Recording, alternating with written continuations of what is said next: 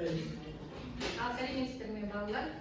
Біз осының алдында генетикамен танысып қойдық, иә? Енді сол бүгінгі сабақта алдарыңызда берілген пазлды құрай отырып, генетика тақырыбын қаншалықты меңгергендеріңізді көрейік. Нағыз сіздер дұрыс құрасаңыздар,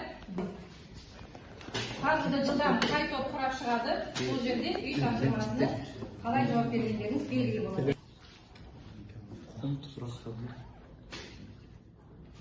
Жылдам құрай қойыңыздар. Сұрағы жауабы.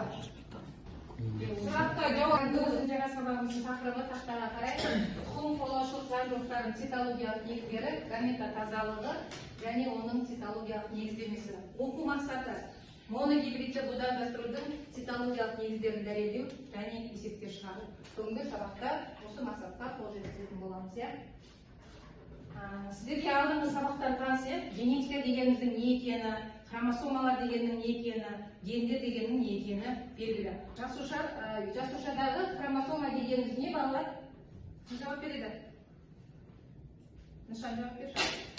Жасуша ядросында орналасқан қуалаушылық ақпаратын сақтайтын құрылым.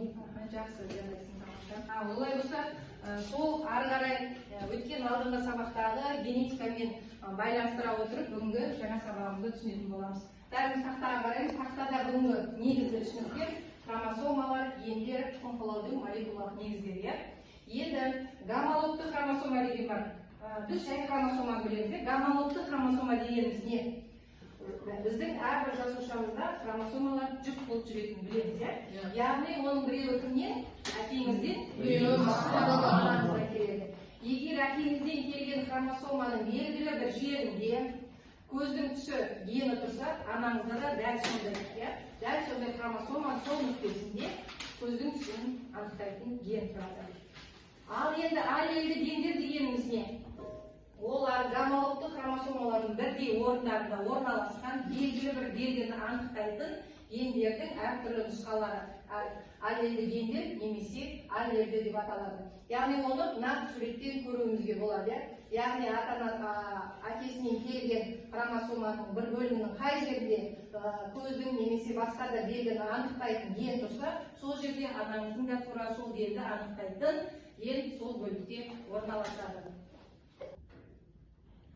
Бүгінгі сабақта біз моногибридті будандастыру не екенін түсінетін боламыз. Яғни моногибридті будандастыру дегеніміз не? Бұл тек белгіні бір ғана генетикада тек қана бір ғана белгі бойынша зерттелетін үдерісті не деп атайды екенбіз? Моногибридті будандастыру. Бұл жерде моно деген бір белгісі ғана бойынша будандастыру жүргізіледі. Оның алғашқы Грегор Менделдің асқұршаққа жасаған несінен көрдік? Асқұршақтың қандай белгісін алды? Яғни бір ғана белгісін алды. Оны қандай будандастыру деп атайды екенбіз? Бүгінгі сабақта біз сол Менделдің тәжірибелеріне сүйене отырып есептер шығаратын боламыз.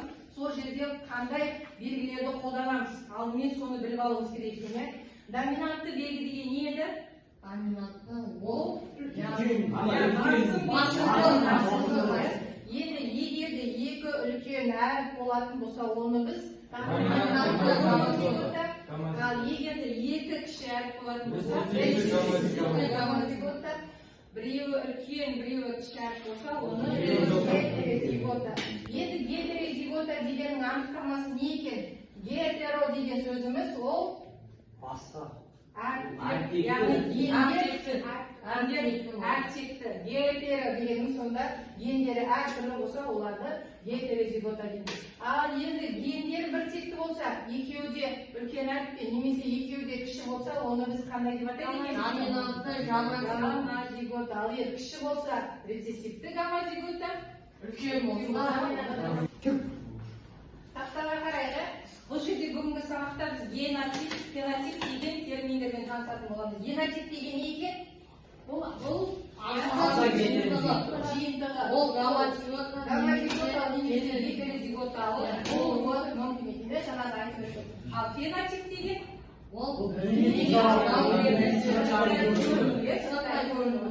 фенотип бұл генотиптің бейнесі деп айтылады. Енді есептер шығарған кезде біз міндетті түрде мына таңбаларды білуіміз керек екен.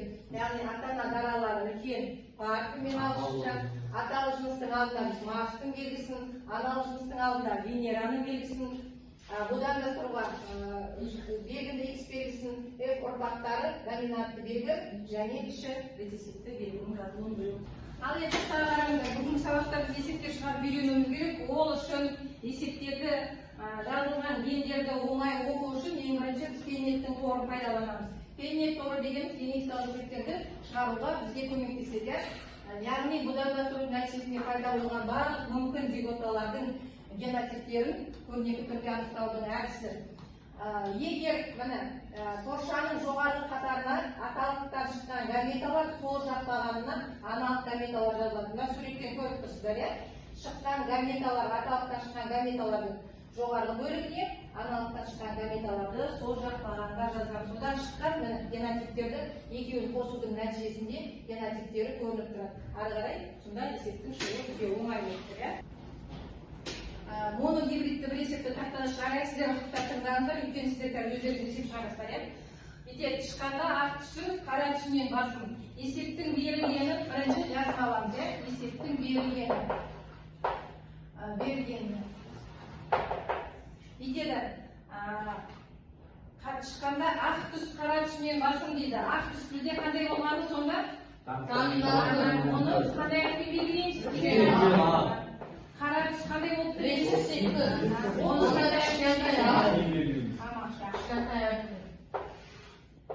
F деген біздегі енді бүйтеді. Гетерозиготалы аналық және қара атақтан қандай ұрпақ күтуге болады дейді. Алдына кімнің белгісін қоямыз? Ата-анасын. Мына бізде қандай белгі? Гетерозиготалы болғанда әріптер қандай болады? Әртекті болады, екеуі де гетерозиготалы дейді. Енді бұларды біз гаметаларды ажыратамыз, өздеріне тура қандай гамета бар, сондай гамета шығады. Енді нені сызамыз? Кесте.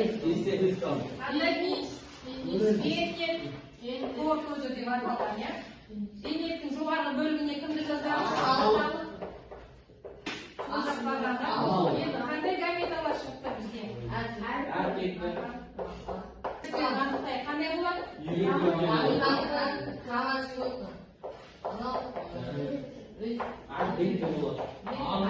Кім шықты? Бұның барлығы кім болды? Таза бізде былай жазылды, мынандай генотиптер шықты,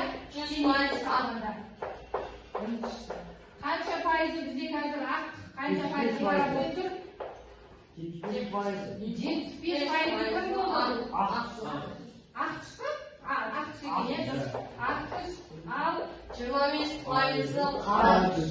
25 пайызы қара түс. Бұлай бұлай ары қарай бұлай есептер шығарамыз. Тақтадан жазып алайық.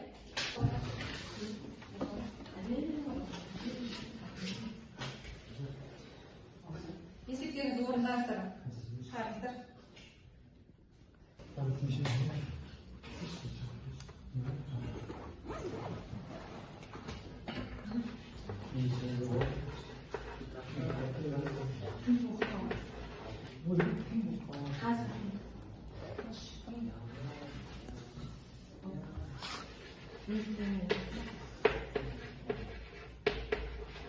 Картаға қараңыздар, іңкәрға қараңыздар.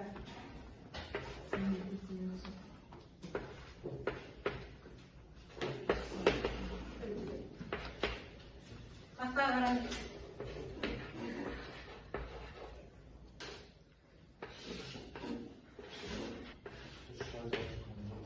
Неге? Дұрыс. Ана гамметалар ол ауызша өздігінен ажыратып отырған.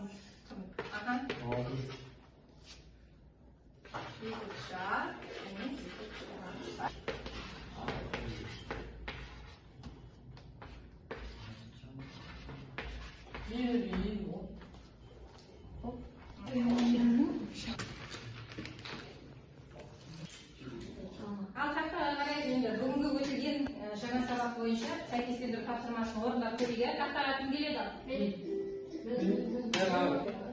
Тез-тез судан жылдам орындап Ерасыл келе ғой. Ерасыл кел. Tez orындап істейік, жылдам. Кім келеді? Ары қарай. Асылжан, кел бол. Асылжан. Келесі. Дұрыс қойып жатыр ма? Қараңыздар, қазір қате жауап пен дұрыс жауап шығады. Қайтадан қойсақ орын. Келесі тапсырманы қараңыз. Келесінің арасына қараңыз. Қайтадан бастайық. Ал, ары қарай осыны сәйкестендірейік ал. Ары қарай. Жақсы, тамаша. Ары қарай Есімхан. Дұрыс па? Келесі.